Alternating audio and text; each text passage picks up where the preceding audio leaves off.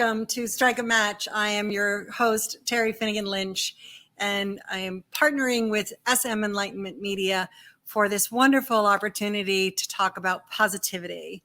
And, you know, Sunday afternoons and evenings are becoming my favorite day, because this has become such an inspiration for me to be able to bring all these beautiful coaches to the platform to encourage you to ask, what do you want? And, you know, how can I find it? And, you know, is this a curious platform for you to just consider some stuff that might make your life a little bit better?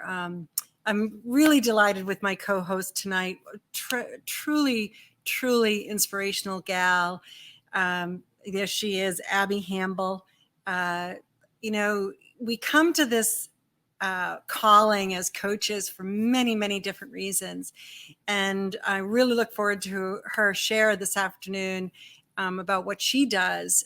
But she has this beautiful program of talking to women about how we dim our light and how to brighten that up. And she also has this beautiful program of infused jewelry, energy jewelry. So really different. That's what we do here every week. We bring totally different coaches to the table to share what they do and why they do it and how it serves our community in a positive way. And wow, I'm telling you, this has been quite a journey. Many of these coaches that you're seeing recently, have not been in my inner circle, and they now are. I'm so happy to have these new friends in my life as a coach. And, you know, it's a really great experience for all of us.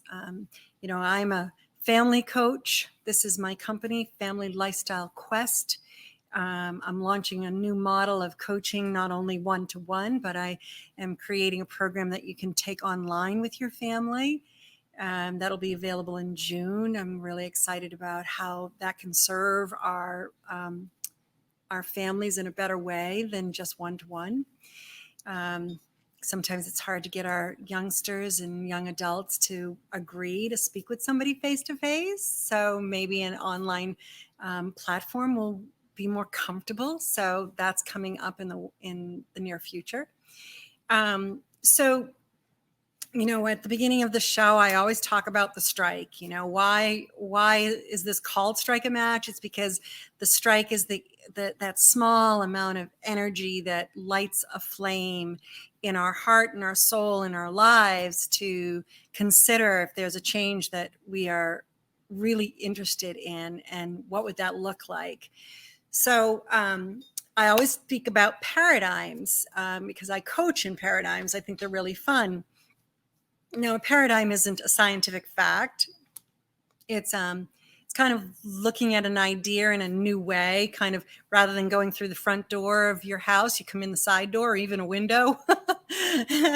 And that's the idea here. It's just another way of considering something. So this paradigm today that I chose is one of my absolute favorites. You know, I was an athlete in high school and college, and, you know, was playing a game, right? I played field hockey in high school and ice hockey in college. So there was this game, you know, and I was always winning at this game. You know, you couldn't beat me on the field or on the ice. No way.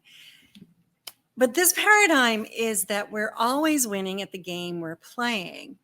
And it doesn't have to be on the field or in an ice rink. It's the game of life.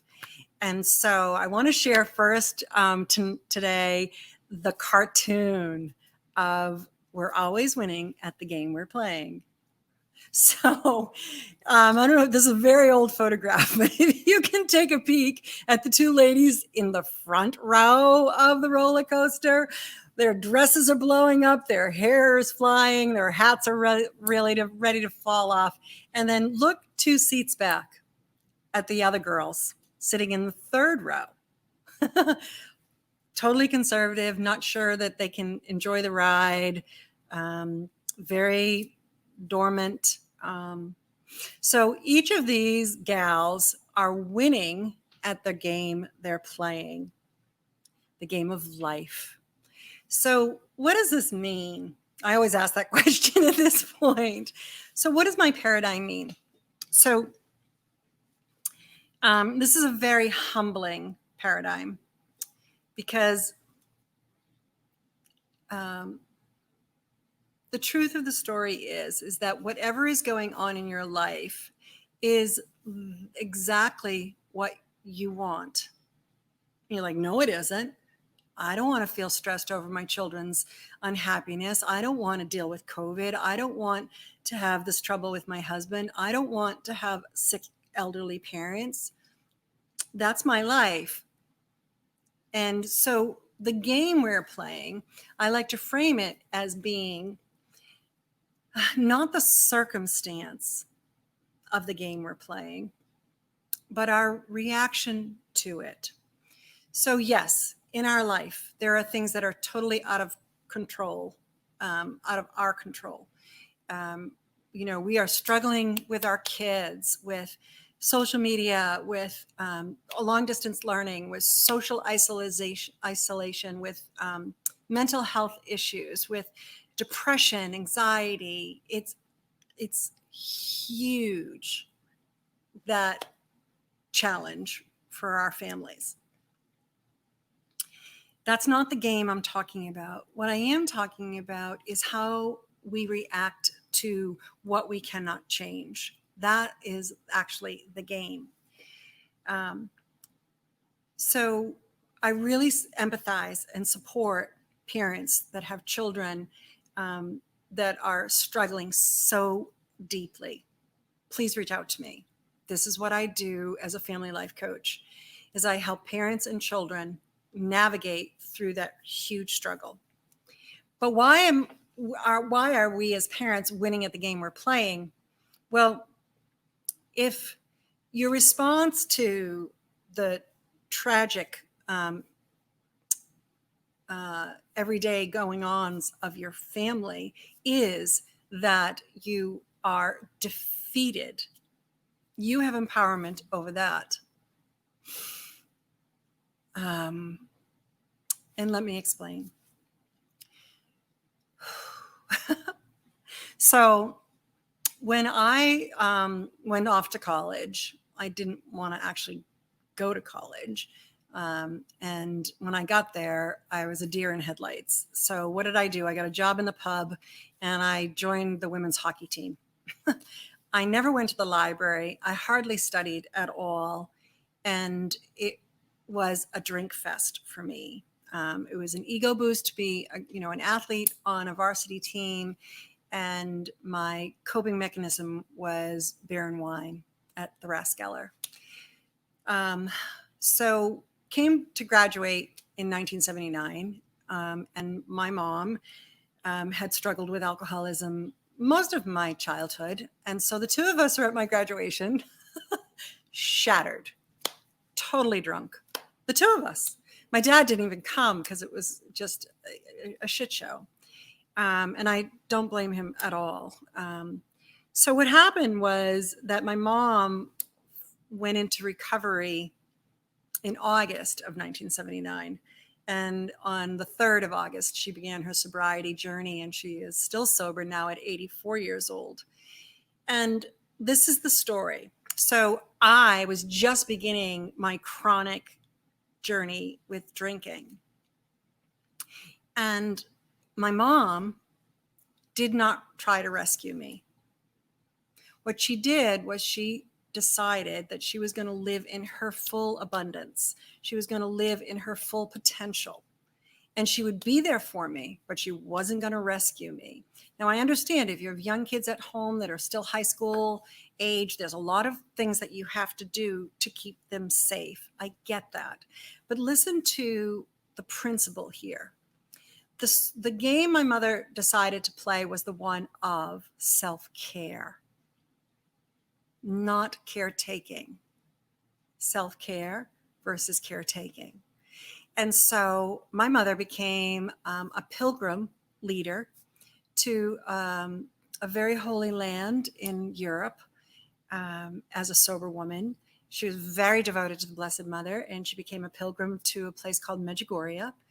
And she brought thousands and thousands and thousands of pilgrims to this village to experience the joy of the Blessed Mother. Now, that was her calling, that was her space, that she found her purpose, even though I was living with a sociopathic husband and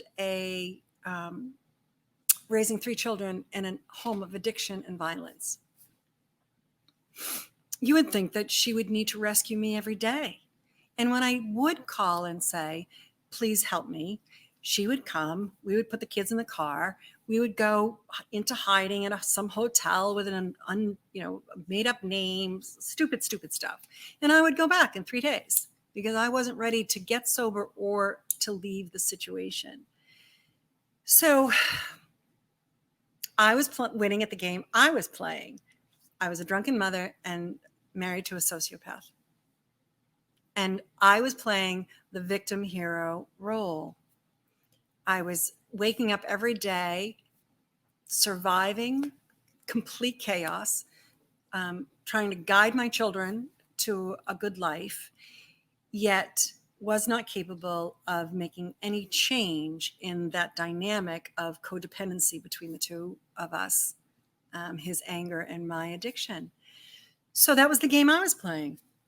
I played it for 16 years.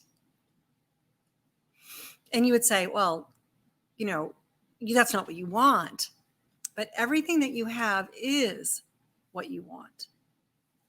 If this is harsh, this is humbling. If you are burdened by what's going on with your children, your husband, your job, your family, you own that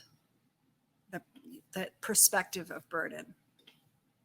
What I do as a life coach is give you permission to live in the light. And this is what Abby does. Abby is working with women who have lived to dim their light. We have different paths on how we coach, but the point is to bring us into the light despite the circumstance. It feels impossible, but it truly can happen. Are we the 2 gals in the front row of the roller coaster with our skirts flying up in the air and our hats ready to fall off? Well, I'm pretty sure those 2 gals probably don't have a great, 100% life.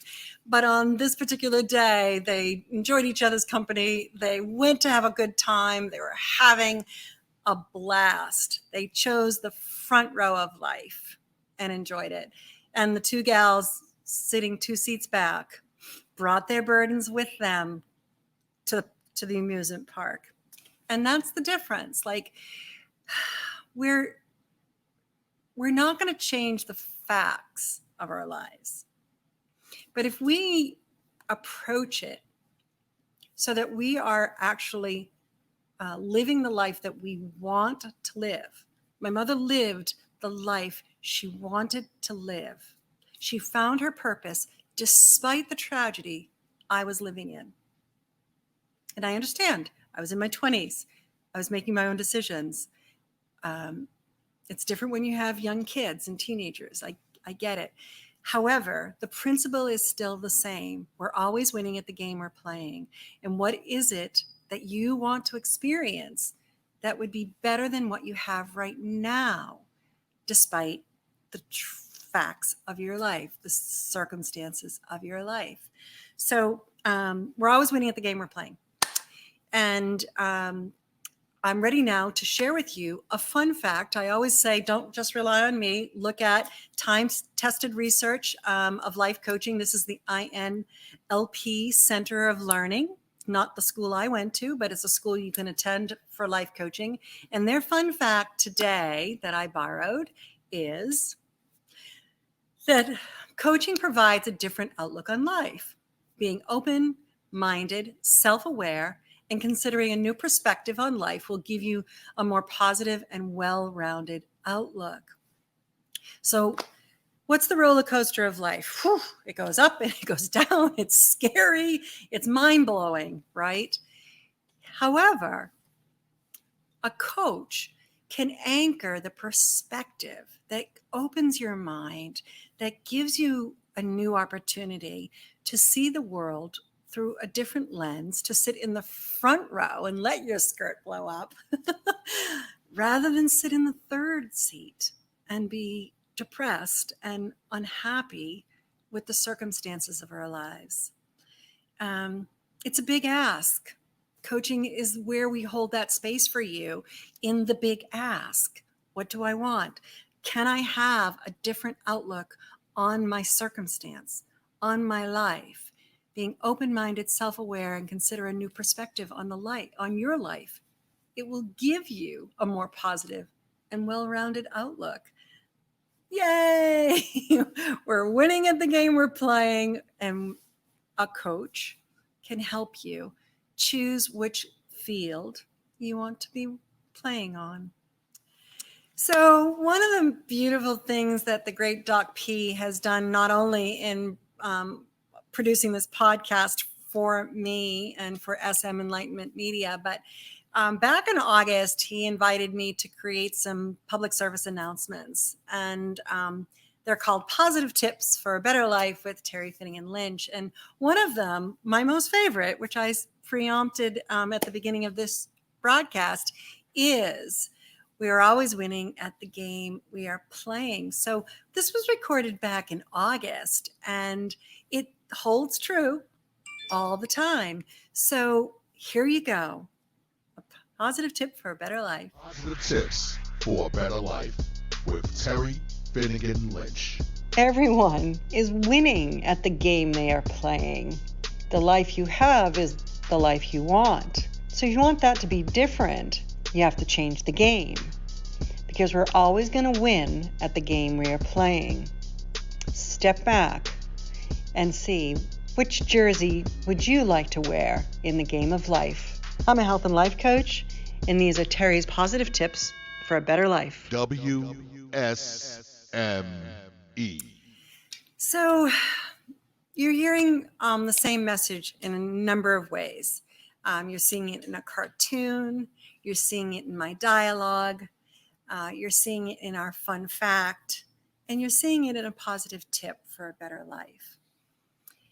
So I wonder, can you strike a match? Can you consider, is where I'm living, the game I'm playing, where I want to be? You know, am I scoring a touchdown, or, you know, am I sitting on the sidelines, figuring that I can't even pick up the bat? Life is hard. Life is hard. Raising a family is complicated. It doesn't have to stay that way. I am a family life coach. And why am I? Well, because I raised my family, my children, my 3 kids, in a home of addiction and violence. And I say this every once in a while on the show about my children being wiser than my former husband and I could ever even consider. You know, we got married and we did not deal with the baggage that we had from our own childhood. I was drinking since college. He had been angry since he was a kid. We just kind of ignored it. And we're like, oh, we can do this better. We're just going to get married, buy a house, and have kids. Well, when you don't deal with your stuff, you inadvertently pass it on to your children. So, my mom was an alcoholic. My dad was a workaholic. You know, I grew up kind of lonely. I kind of self-raised myself. And I, wanted to do it better. And what happened? I mean, I raised my kids in a violent home. I didn't make it any better. My gosh, my life was like a picnic compared to what my children had to deal with. And that was never my intention. So when Allie was a young girl, 10 years old, she said to her dad, "You're so consumed by your own pain, you don't know how much you're hurting everybody else." 10. Do you know how old 10 is? That's like 4th grade. And Brian at 16, so 10th grade, said to me, "I will not live like this another day. One of you has to go." He was advocating for himself. And I'd been trying to get sober for 3 years in recovery programs, and I just couldn't stay sober. And, I was winning at the game I was playing, the one that said, "I'm going to stay." Brian was winning at the game he was playing. He's like, I'm not doing this anymore. And so between the two of us on that morning, it was Halloween morning, I said to Brian, "Well, your dad's not going to leave, Bri." And he said, "I know." And I said, "Well, if I leave, it's because I love you, not because I don't." He said, "I know that too." And I took my car keys and my pocketbook and I left my two 16-year-old twins at home with their dad. They had both done community service abroad. Allie in Belize, she built a roof on an elementary school, in Brian in Belfast, Ireland, taking care of orphaned children. 16 years old, these kids initiated that themselves, wiser than you can imagine. But I knew that day that I could live an hour away if my kids could live a country away. And so I left. And my sober date is 11/11, less than 2 weeks later, because now I was playing a different game. I was out of the chaos. I was responsible for my own well-being. The game, I changed the entire playing field. Brian gave me permission to change the playing field. And sometimes it's that big a shift that, begins a whole new journey. And that was what happened for me at 45 years old. And, gosh, amazing, right? That a kid at 16 knew the game he wanted to play was totally different than the one I was delivering to him. And he wouldn't stand for it. So when we're when we're standing in a game that we do not deserve to be in, it is our right and our responsibility to stake claim to what we truly want, because we will not have what we truly want unless we declare it, until we ask for it, until we make it happen. And coaches are the way to help people do that. So now we're going to segue over to the sponsorship portion of our show. Please enjoy these service announcements. They're the guys that pay the bills, and they're the reason that we're here, able to offer you positivity. So come on board, listen in, and we'll see you on the other side.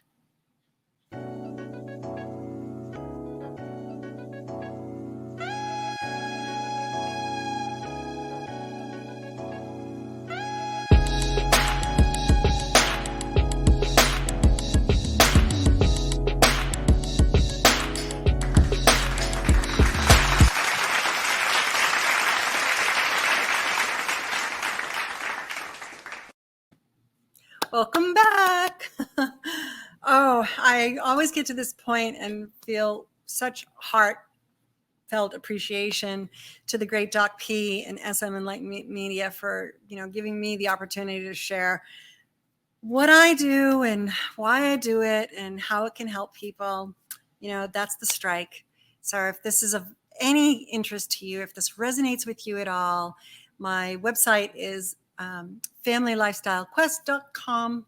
Come on board. You can book an appointment with me for a discovery conversation. It's free. Just match my calendar to yours, and there you go.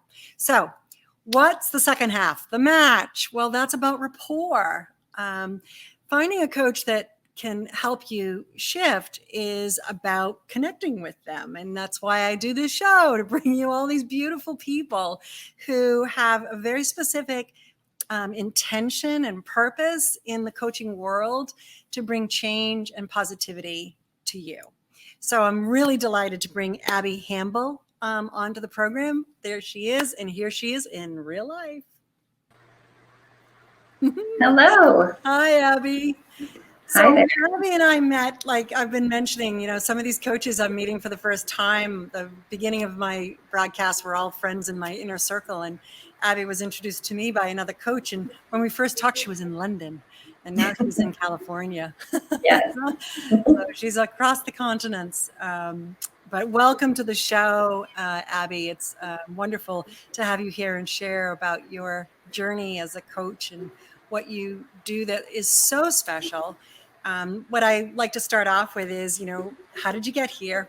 Tell me your story. What's your best kept secret? How did I get into coaching? Mm-hmm. Well, for me, it was being in a place where I actually had just moved to California from Chicago. I got a big promotion at the job that I had been working at the time, and it was a promotion that came with a lot of expectation of success. And my previously laid back boss became an overbearing nightmare. And I'd been working in this place for about, 8 to 10 months where I was working nonstop, day and night. And I was also in a long distance relationship that was just emotionally taxing. And my body started to break down. I got so sick. I was the sickest I'd ever been. I started breaking out like an eczema on my arms and legs. And as we know, when your body starts to rebel against you, it's time to ask, okay, what's being rejected here? And so it was on the eve of my 30th birthday where I was like, okay, I need to do something different. I need to see and figure out exactly what I want to do. And coincidentally, I mean, I've always been fascinated with people, why we do the things we do, why we make the choices that we make. And actually my college major was social anthropology, which is the study of people and society and culture. And so it's like, there probably couldn't be a better prereq for the actual coach training that I did. But up until that point, I didn't even realize that coaching was something you could really do as a career, a profession. And so I started looking into it and was like, I think I could actually really do this. And so I did it. I took the leap and started to believe. What a great birthday present. So I don't always know a lot about my coaches when I bring them on as co-hosts, but I have to mention two things. So my daughter lives in Chicago. Okay. And she was the little one who said, Dad, you're so consumed by your own anger. You don't know how much you're hurting everybody else at 10 years old. Yeah. But she majored in medical anthropology. Wow. At the University of Michigan. And they actually. I also went to Michigan. No. I'm from Michigan originally. So yeah, U of M. Wow. Well, she said when she left New England at 17 years old, she's like, I'm not coming back. I'm not coming back. I'm going to become a Midwesterner. And, there she is raising a beautiful family. She's pregnant right now and having her second child. But small world, right? So here's these two things, Chicago and anthropology as an understanding of human nature. Yes. Just extraordinary. So that's the big ask, right? We're all invited at any point in time in our lives to step back and say, what do I want? Exactly. Man, we often just ignore the answer, right? Well, we ignore it. And I think that, as women, we're so preconditioned to really fall in line. It's like you learn from birth to be pretty and be nice and be polite and just don't be too loud and just do as you're told. And luckily now that paradigm is really starting to shift, and we're seeing people who are now having children, consciously parenting different, but there are so many women, so many people, but for me personally, the people that I coach, so many women who are like going through the deconditioning process and don't realize that they are, and they don't know how to navigate that on their own and really shed the layers of all of the things that have been thrust upon us since birth. Yeah, it's fairly interesting because it's not like our predecessors or our legacy of family meant to do us any injustice. Exactly. What they knew. They did what they did. They did what they knew, and And so are we doing any better? I feel that without guidance, we're kind of a wing and a prayer. Exactly. Mike and I had every intention of doing it well, and we just it was a time bomb. Yeah. And but I remember in early recovery, I was going to see an osteopath, a gentleman who literally saved my life. And I was early, so I stopped into a bookstore and I was going to get this book, and it wasn't there. And next to it was Marianne Williamson's story, A Woman's Worth. Mm. And do you know the book?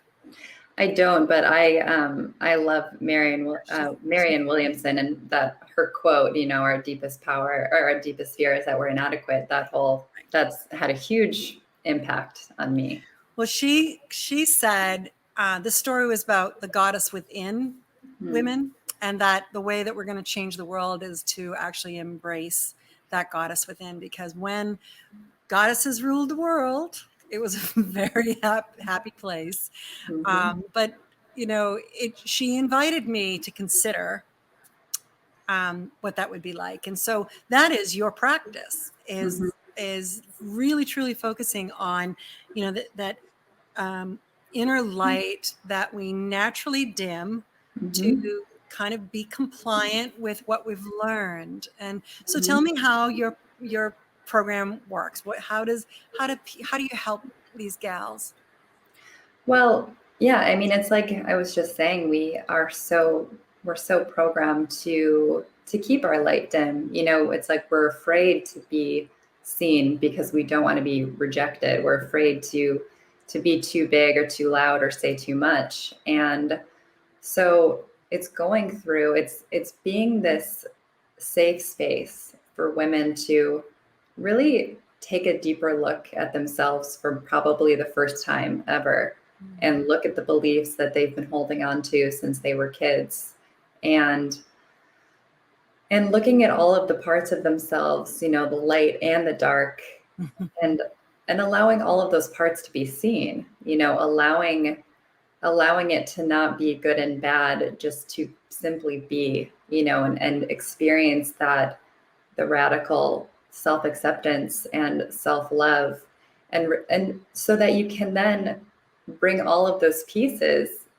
forward into the light and honor each of those pieces. And from that place, create the experience, the relationships, the life, the health that you want to be having in your life, instead of, being a bystander to your life, being an active participant, being an active creator. I think, especially in this day and age, and with the year that we've had, people waking up and immediately getting onto your computer. It's like you don't even have the break of time where you're maybe getting into the car and you have this space to listen to a podcast, or, kind of get into your headspace for the day. It's like you're immediately jumping on the computer, and you're not even taking the time to think about how you want your day to go, putting the intention forward of what kind of experience do I want to be having today. And we get carried away, instead of consciously creating. So when people reach out to you, and then they ultimately say no, what do you think the reason is? From what I've seen, it always feels like there's this underlying belief that they are not worthy of the investment, whether it's, it's the investment of financially investing, but also the time. It's like taking the time on you, on me, especially as women, taking the time for ourselves is such a foreign concept, because we're such caregivers, and we want to be taking care of other people. And so it's like they have to really think about whether or not they are worth their own investment. Absolutely. Yeah. I know that to be true on what I do too, because I'm dealing with mothers a lot, and the just all the balls in the air, so I that resonates with my nose as well. So what do you find is the most convicting reason people say yes? What's the biggest goal that they have to work with you? It's like getting to this place where their back is against the wall and they cannot keep going forward with the life that they've been living. And that was my own experience as well. Like I said, I'd gotten to this place where I was like, I can't do this anymore. Like, I need to do something different. I need to take a step in a different direction. And I think that women come to me because they're like, I keep doing all of these things that I was told were going to make me feel like life was worth living. And I'm at this point and it doesn't really feel like it's worth it, or like this is it. It's like they come with this whole feeling of, is this really all there is? Because I feel like I'm overworked, I'm tired, I'm stressed, I'm doing all of these things for other people because that's what success looks like. But I feel horrible and I feel like I don't even know who I am or what I want. I know, isn't that so sad? That place that we find ourselves in, where it is, a couple of decades that we've put into this process, and Right. And it's like, who am I? Where am I? And the good news is that we can up level, we can reboot, we can reframe, with support to change that. Right. And so I'd love you to share this beautiful, your magic of intention, your jewelry line. So on your neck is that arrow. Yes. And I know you have the rose quartz and citrine and some beautiful jewelry. So tell us about how this came to be and what it is. Well, so I mean, each aspect of this is the initial necklace that I created for the jewelry line. And the arrow in itself is so meaningful to me because I think it was the first year that I moved to California, and I was in a secondhand shop and I saw this little piece of artwork that had a gold arrow on it that looked exactly like this. So when I found this arrow charm for the necklace, I was like, that's the one. And on there it said, don't look back, you're not going that way. And it was just such a reminder that, we always want to look back. We want to look back the mistakes that we've made, or we look back at the experiences that we've had, which is not a bad thing, but it can cause us to stay stuck and not move forward.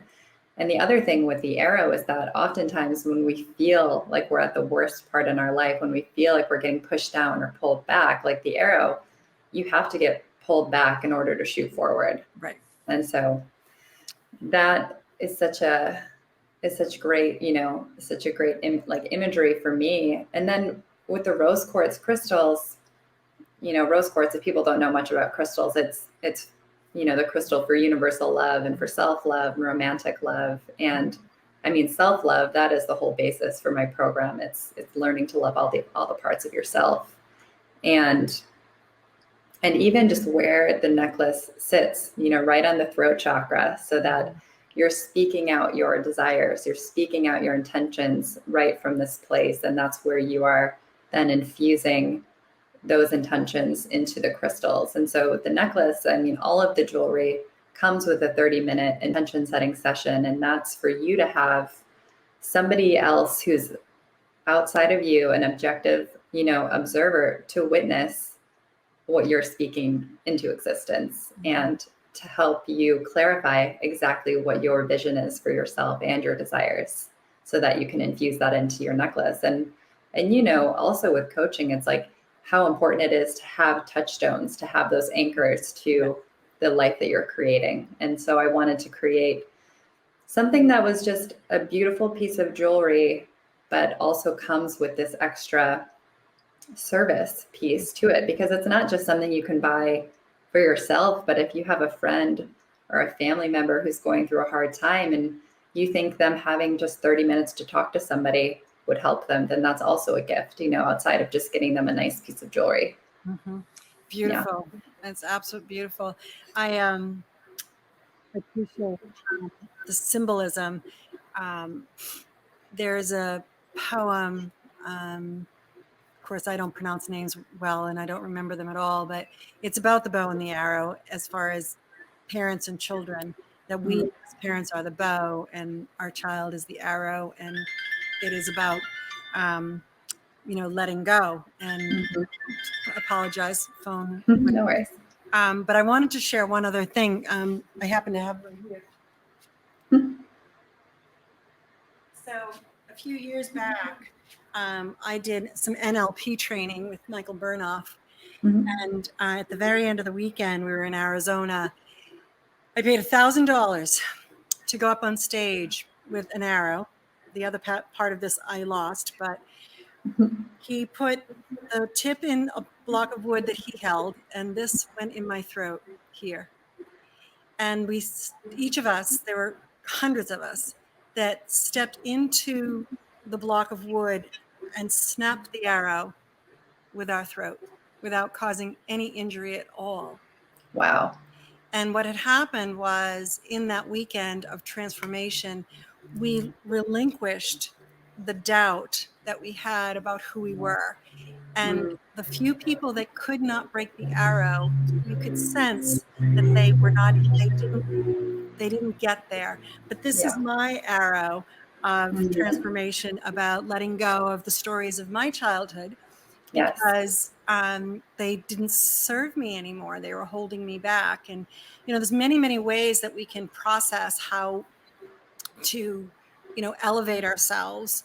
And it's all a journey. And, this session that you offer is a mini example of, that conversation about how direction and poignancy and intention and support can change your mind and create something more for us. So I love how that we have had so many segues of similarity in what we've gone through, and how we bring our gifts to our clients.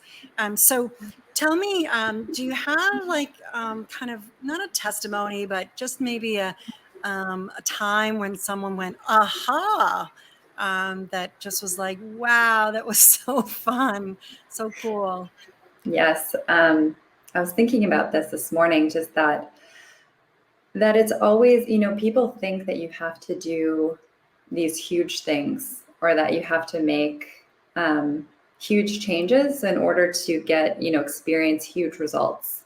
And in my experience, it's always the tiny shifts that we're making every day. It's the tiny choices, it's the tiny steps forward.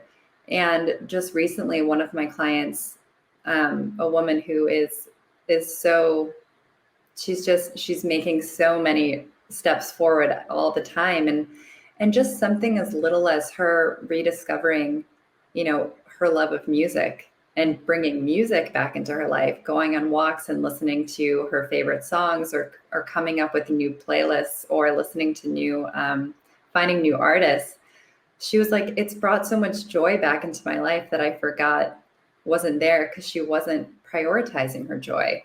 She wasn't prioritizing herself at all. And so it's something as simple as just considering, what would make me feel good in this moment? What are things, places, people that make me feel good? And knowing that, so that you can consciously choose to bring those things into your life. But we are so, like we've talked about, you just go, and you're constantly taking care of, you're not thinking about what's going to make me happy. And so that she was just like, thank you, like such a heartfelt, like, thank you for that. And I was like, I didn't even do anything. You did it. This is all you. Isn't that great? I mean, the muddy waters, I think that, there's a phrase I use: in the disguise of virtue, taking care of others, I neglect myself. And in that, I do not brighten the world. I do not make the world a better place if my light is dimmed. Exactly. And you know, the clearing the path, holding space for someone to discover just what that might be. One of my very, very, very first client was a 74-year-old woman who had been an author, and she hadn't written a story in a very, very long time. And in our time together, she wrote a book, a children's book, and got it published on Amazon in our first, time together. And it was a little story about a boy on a baseball field, and the groundskeeper became, his confidant and his coach, so to speak. And the that book was in her already, right? Yeah. She couldn't find it without the space that we create for people to ask for what they want, to be brave and bold and accountable to that joy. Well, and to even believe that something that's possible for them. I was saying this I was talking in a Facebook group a couple of days ago, and I was like, the magic is not in these processes. The magic is in you changing your mind. It's in you deciding to believe something different, and then seeing what differences result because of that. And that's the thing that, is extraordinary. When I was living in my darkness, the world was a smaller place. When I started to live in my light, it became a more bountiful place because I was showing up. And the in service of others isn't enough. We need to be in service of ourselves to truly have that pebble in the water effect on the wellness of the world, the positivity of the world. So, Abby, I'm delighted to share this stage with you. To your website is your name, abbyhambell.com. It's beautiful, simplistic. The energy is lovely. So if this match resonates with you, audience, give Abby a shout out and talk to her about either getting an infusion jewelry session or working with her as a coach. Beautiful options, small or large, right? Both wonderful. Something for everybody. Something for everybody. I love it. And these intentions that we have are here to serve. And, we are very grateful for all who consider striking a match. Well, thank you so much, Terry. You're so welcome, Abby. Enjoy California, and we will, I'm sure, talk again soon. Thank you for being a part of the show today. It was truly a pleasure. Thank you. Oh my goodness. Yeah, I love what I do. It's a beautiful opportunity to experience the joy and hope that people bring to this world. SM Enlightenment Media is totally committed to positivity. They're giving me this opportunity to share my version of it. And I want to thank you so very much. Please honor our sponsors and have a wonderful night. Thank you.